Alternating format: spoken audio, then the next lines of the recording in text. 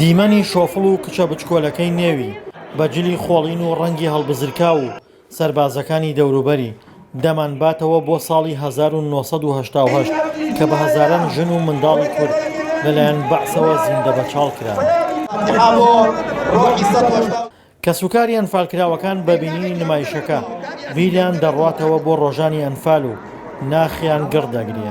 ئەمە تەنها جیلی نەوەی نوێ کە بزانە دەسەڵاتی حزبی بەعس حزبێکی دڕندە بوو حزبێک و کە تەواوی وجدانی دەستدا بوو چی هێنا بەسەرگەلی کورداوە ئێمە چۆن ئەنفالکران و چیمان بەرزان ئەو مناڵە نمونەیەکێکە لەوانەی بە سەدان و هەزاران وە مناڵمان بێتاوان لە دیهاتەکانمان ڕەوانەی خواروی عێراق کراو لە بەیابانەکانی عەرعەرا لەنێو تەپ و تۆز و لم و خۆڵا زیندە بەچاڵ کران. دیمەنی شۆفڵ و ئۆتۆمبیلە سەربازیەکان بۆ نەوەی نوێ تازەن و هیچ یادەوەریەکیان لەگەڵیان نییە، بەڵام ئەوانەی دەسەڵاتی بەعسیان بینیوە بۆ هەمیشە ڕۆژانی بەعس لە یادەوەریاندا دەمێنێتەوە و ناسڕێتەوە. ئێمە ئەم یادەکردومانەوە بۆ گەنجی داهاتوو بۆ مناڵی داهاتوو کردمانە.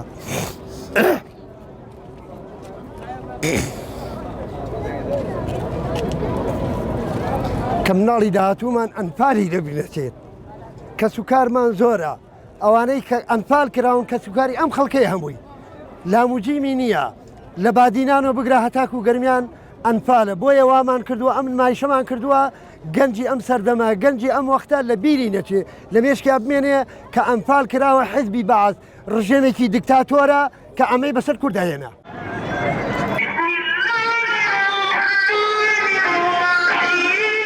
هەموو ساڵێک لەگەڵ نزیکبوونەوە لە ڕۆژی 4 خەمباڵ بەسەر ئەو ناوچانەدا دەکێشێت کە بەر شاڵەوی ئەنفال کەوتون و بە هەزاران کەسیان لێ جینۆساید کراوە.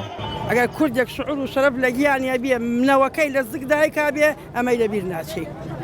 ئەوێ خۆمان یەکبر بووین، یەک دەست بووین، یەک دەنگ بووین، یەک ڕنگ بووین.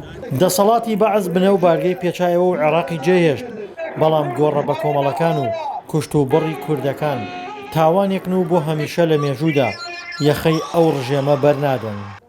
دڵشاد ئەنوەر، دەنگی ئەمریکا، گەرمیان.